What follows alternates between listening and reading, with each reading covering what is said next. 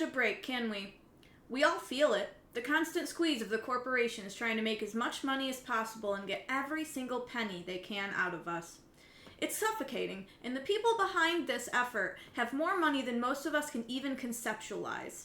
But it will never be enough. No matter how much these people make and how much more money they get from us, they will always be looking for more. As someone who's old enough to have participated in the economy before COVID, I can tell you that things right now are much, much worse than they were just a few years ago. Now, things weren't that good back then either, but we were not getting fucked as nearly as hard as we are right now. Things are so bad. So I feel like every industry has realized that they don't need a reason to raise prices. They can raise prices for no reason at all. And they also realize that they can take any short-term cost that would have normally in the past been paid by the business as a cost of doing business. They are now passing those short-term costs off of themselves and onto the customers. And therefore the prices are higher for that reason. And then also above that, even higher because they just want to make a higher profit. It's all corporate greed. If you would like to see more commentary videos where I break down the good, the bad, and the weird here on the internet, I would really appreciate it if you could give me a like on this video and subscribe to my channel. I've only been doing this about 2 months, so I'm pretty new, but I've been having a ton of fun with this, and every little bit counts, so anybody who does that, thank you so much. It helps a ton.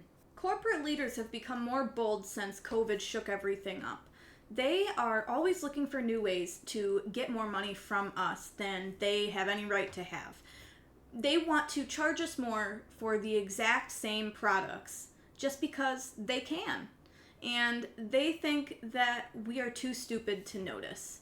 In 2011, Ticketmaster successfully implemented surge pricing onto their platform, making it so that tickets that are in high demand cost much more. Other industries saw that this was successful and decided to try to implement it themselves. 2 years later, in 2013, is when DoorDash is founded, and from the start, they have never required restaurants who are using their business to actually keep their prices the same on the app as they are in the store. They encourage it, but it is not required. This means that it's at the discretion of the restaurants whether or not they're going to use this shady business practice, and DoorDash just wipes their hands of it. They encourage them not to do it, and therefore they think it's enough that these people won't do it. But surge pricing is absolutely happening on DoorDash, and they probably know about it.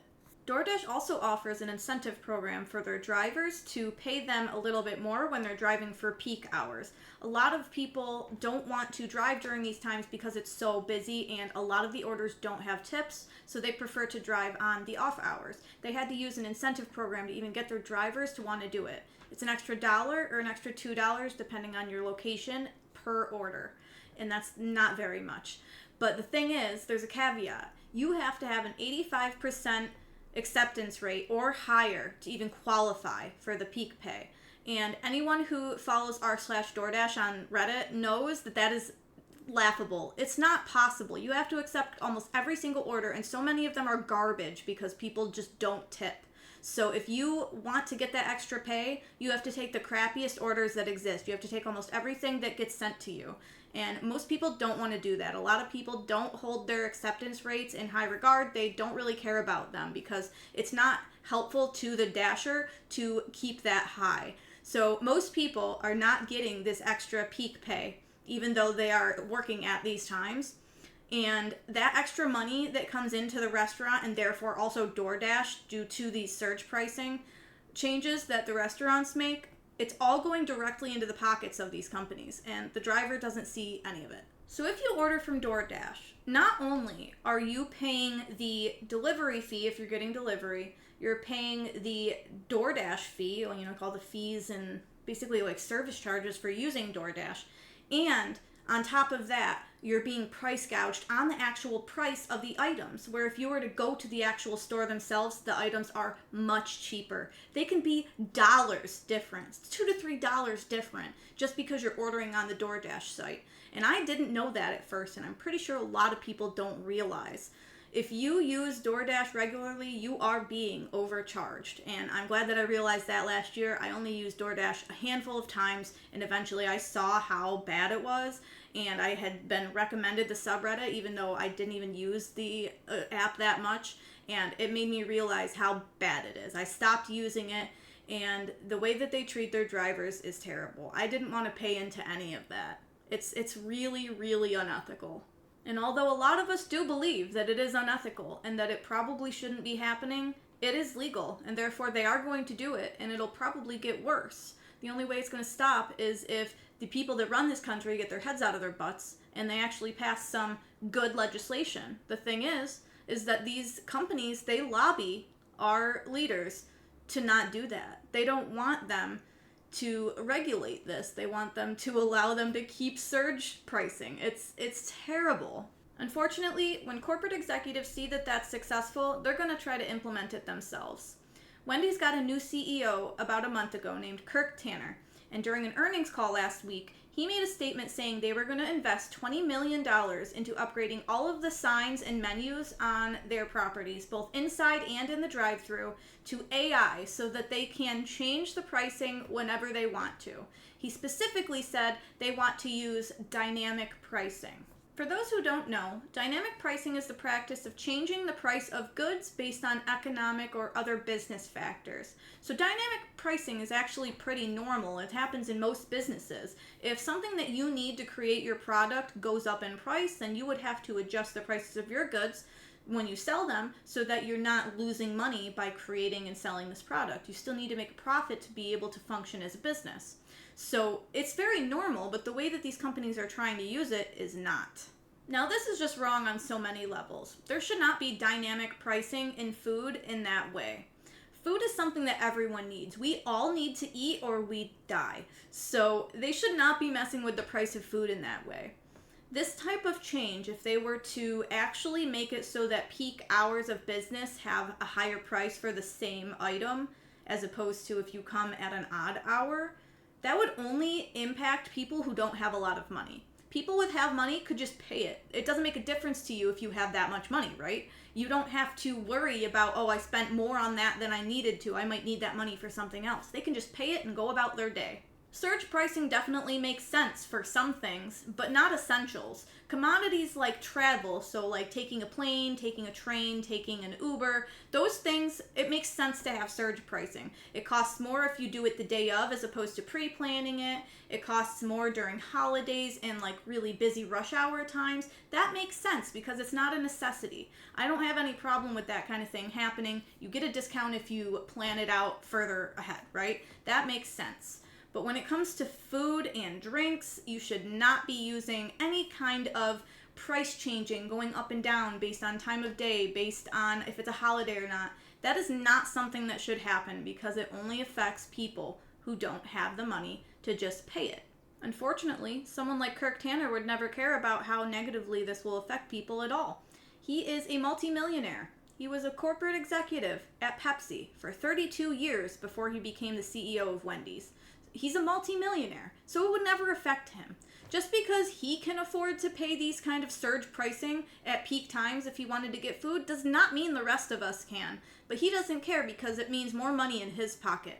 And rightfully so. The public was not very happy with this. A lot of people started making videos, having conversations in the comment sections, talking about a boycott on Wendy's. I'm one of those people. I'm never going to go there again.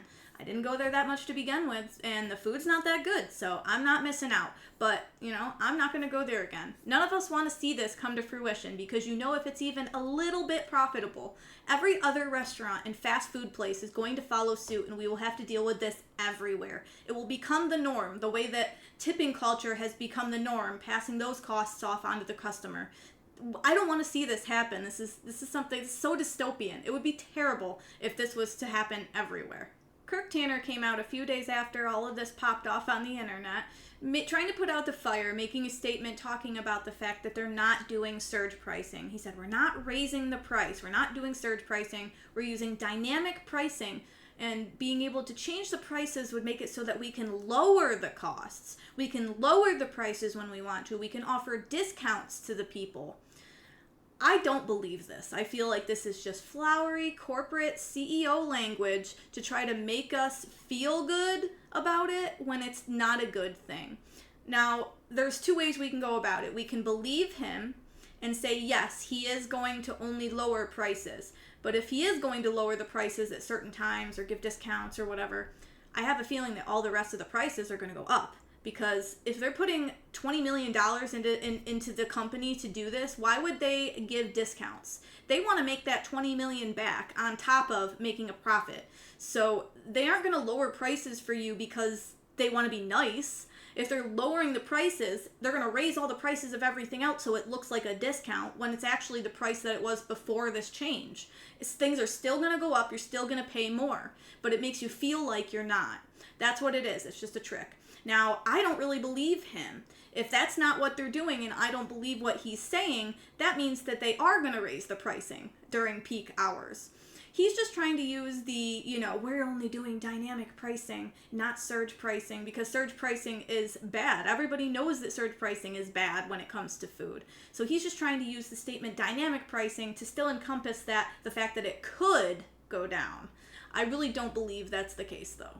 After Kirk Tanner's second statement didn't do anything to stop people from talking about it and being mad at them over this announcement, they decided they had to do something else to try to get the people on their good side again.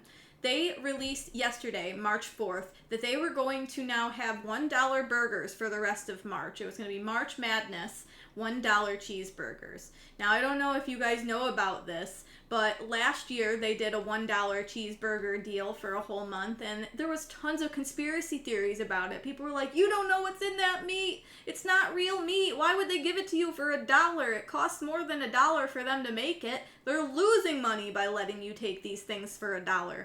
So I think maybe they did see a lowering in profits this last week and a half since he made the statement, and now they're doing the dollar burgers to draw people back in. Because even if they do lose money on the burger that they're giving to you for $1, most people, if they go in and get that dollar burger, are probably going to buy at least one other item at full price.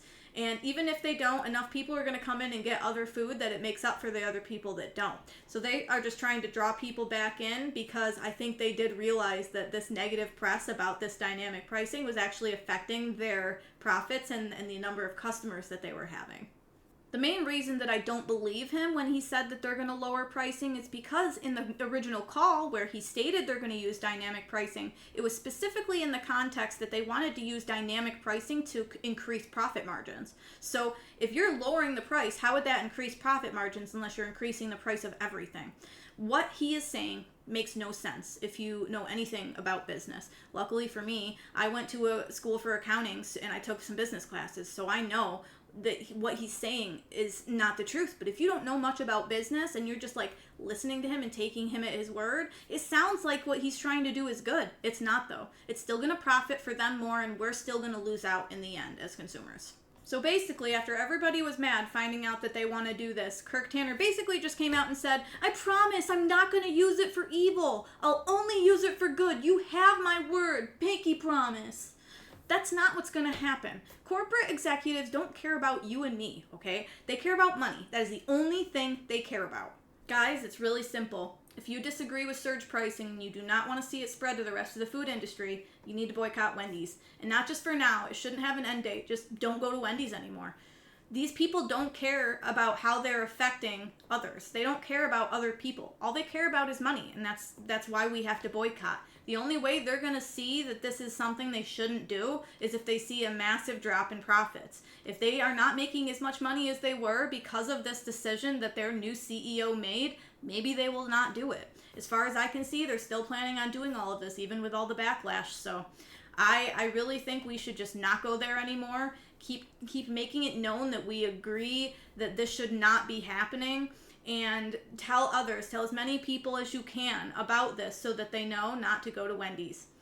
That's the only thing that can make a change. Vote with your dollar. I understand sometimes it feels like that's not going to do anything, but I promise you it is. It will have an effect if you stop going to Wendy's. Thanks so much for watching my video, guys. Like and subscribe to my channel. I post once a week, mostly commentary videos similar to this. And if you could, please share this with somebody that you know. Share this, even if it's not just sharing my video. Talk about this subject with people in your life. We need to make sure that this is something that continues to be talked about, even when it's no longer on the news. We need to make sure these companies know that we are so against it that if they even try it, that they will lose money. They need to know that it's not profitable to even attempt to implement this type of surge pricing. Thanks so much, guys. I'll see you next time. Bye.